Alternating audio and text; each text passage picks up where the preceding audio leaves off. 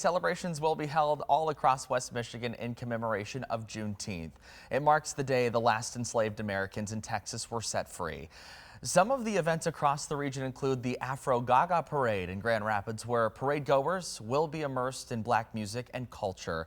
A free art display at the Muskegon Museum of Art with local artists and community members, and a Freedom Festival and market in Holland at Collin Park with music, food trucks, and artists. You'll find a full list of events as well as their dates, times, and even some volunteer opportunities on 13onyourside.com. And by the way, Juneteenth is being celebrated all across Grand Rapids this week, and one of the events is Our Ancestors' Wildest Dreams. It's a night of music, food, and scholarship hosted by the Grand Rapids African American Museum and Archives. Joining us now is the Executive Director George Bayard to talk about the event and the meaning of Juneteenth in 2025 and how the community is honoring the past while investing in the future. So you guys have a lot going on here in the next week. First of all, let's talk about Our Ancestors' Wildest Dreams. This is a really cool event that you guys have been putting on for a couple of years now, right? Yes, I think this is our 4th year. Okay. It is sold out this year. Oh, good for you. That's awesome. So we can really celebrate that. It's a combination of culture, scholarship. We end up having to give some of the students who have applied scholarship monies. There's a contest. They do an essay and it's chosen out of a selection group, the top ones, and we're giving them scholarships. Wow. Part of the things about our scholarships are that they're not encumbered. They can use them for anything. Okay. A lot of times kids get scholarships and it goes straight to the school. They don't see the money.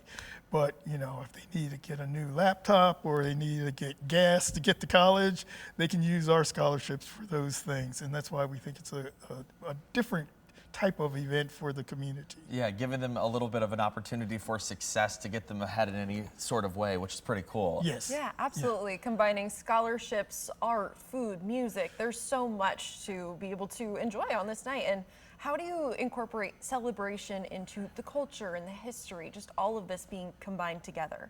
Well, that would go back to the essay contest itself, because it is about Juneteenth. Mm-hmm. What does Juneteenth mean to you is generally one of the questions that we give to the students.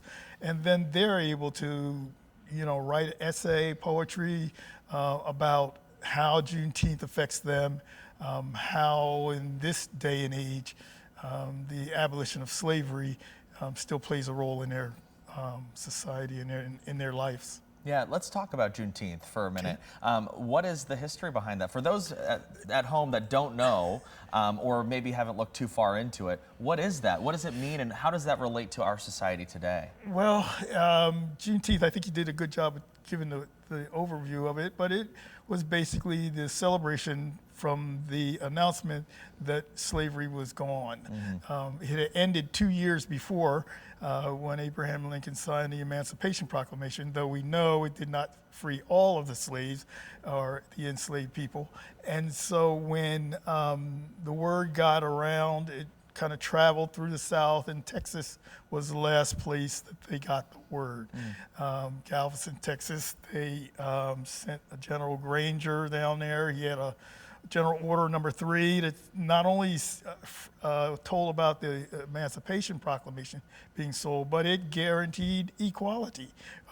Many people don't know that. And it also told the people who were enslaved that your former masters are now employers.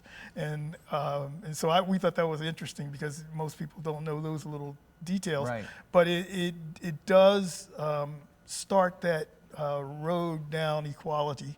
And we know that there's still fights back and forth about equality, but for the enslaved people at that time, when they heard the word, they immediately dropped their rakes and hoes and started celebrating. Yeah. And it's become a tradition, first in Texas and then throughout the United States. Yeah, and again, many locations honor that with a state or federal holiday today.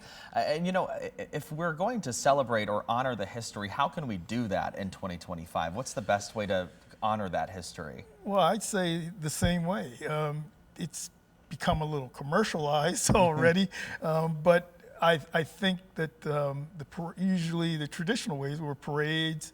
They'd have baseball games. They'd have food, food and drink, prayer, and speeches. That's generally the theme for most Juneteenth celebrations. Our event is just kind of a takeoff on that because it's got those elements, except for the outdoors part of it. It's an indoor event, Yep. but generally Juneteenth is celebrated outdoors. And I know the Afro Gaga parade as well as the Juneteenth Jam are both outside events that are happening here in Grand Rapids. Okay. Yeah, I know you mentioned speeches too, and you're actually going to be giving the keynote of this event. Can you talk more about what message you want to leave people with? Well, I think the theme for the keynote is how does Juneteenth affect your lives today? And I've got a little a little speech prepared. I was like, you don't want to give away I too don't much, want to right? give away too much, but it certainly is. It is something really to make people think. Yeah. I think as we get to a point where people want to try and erase history, this is a good chance that we can add back and say, you know, this actually happened. I mean, we talked to people who not were enslaved, but we talked to people who moved to Michigan from Texas. And they told us that they didn't even celebrate the 4th of July. They only celebrated Juneteenth. So it's interesting how different parts of the country perceive it and make that the holiday that they'd rather support. Yeah. Let's talk about the other events that are coming up this week as well. You've got a bunch of events happening. So not only is the scholarship event this week happening on the 19th, but what are some of the other things going on that you guys are talking about? Well, as we said, West Michigan Jewels of Africa is doing the Afro Gaga parade and outside event. That's going to be vendors, music, dancing and speeches, I would imagine. And that's at Dickerson Park. Our museum is actually earlier in the day, from about 10 to 12, is having a literature, or that's a reading actually, storytelling. Okay. We also have the Juneteenth Jam, as I said. That's an outdoor event that's at the Calder Plaza. Our event is at the Grand Rapids Art Museum, but it is sold out. So you can maybe still get a ticket, but You got a lot of sold out events here, which is great. which is great. It means that the community has come to our support, and we're very happy for that. Yeah. I think we have one more event. I thought I had no. I was thinking there's another event that's on the 20th. Okay. And that's the GR Lit Fest. Okay. And that's at Wealthy Theater. Part of that is the people are doing a reading in our event earlier in the day. Okay. Very interesting. Can you tell us a little bit more about the partnership too with M Village putting together the Juneteenth Over the Years exhibit and what people can expect from that? That also is an event that we're sponsoring.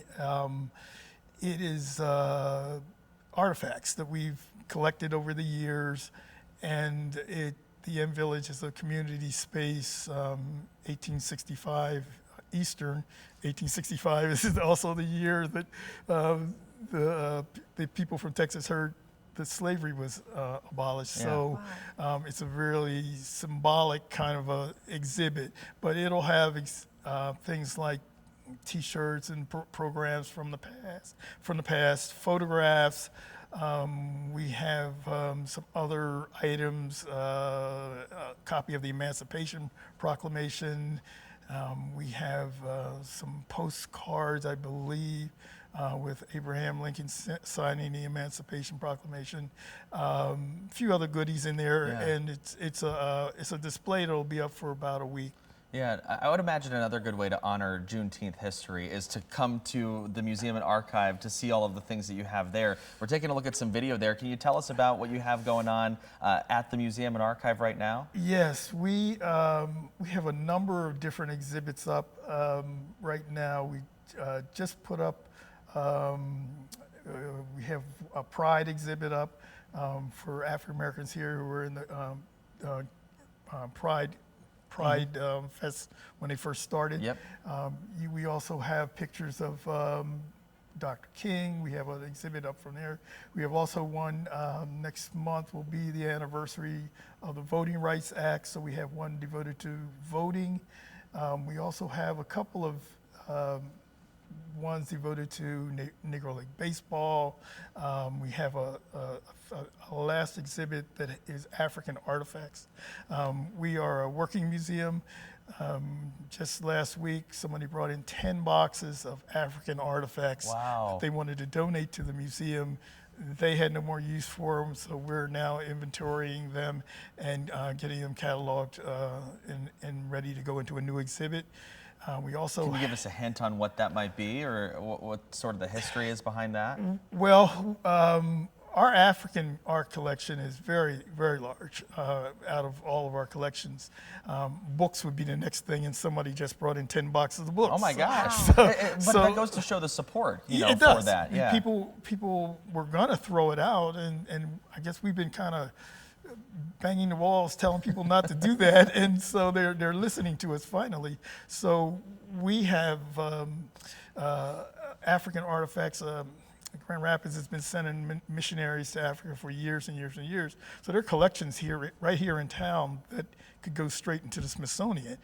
But they're coming to us, so we're quite happy. You're like with lucky that. us. Yes, yeah. And with the books, this was a professor who passed away, lived in Idlewild, Michigan, and they're almost all first editions. Yeah. And so they're collectible, and that's kind of what we do. And we've been very good at collecting those kind of things that specifically talk about local history. Yeah. And so we've been very lucky with that. Yeah, absolutely. Where can people go to find more information if they want to participate in any of the events going on this week? Well, you can go to our website, which is www.grandma, and we do that purposely. Grandmas are the ladies in the family who keep the traditions and pass down the history. And so graama.org. Okay. And that's the easiest way to get it. You may have our QR code, which will get you into all of our social media, and we'll make sure you get that. Yeah, okay, and on your screen right now is the Grandma website. Tons of great information there, and of course all of the information if you want to maybe go check out Grandma or some of the events. And again, you had some sold out, so. Some are sold out. We are planning what we call Never to Be Erased Tour, which is also happening in October. But it's a tour to 5 African American museums around the country.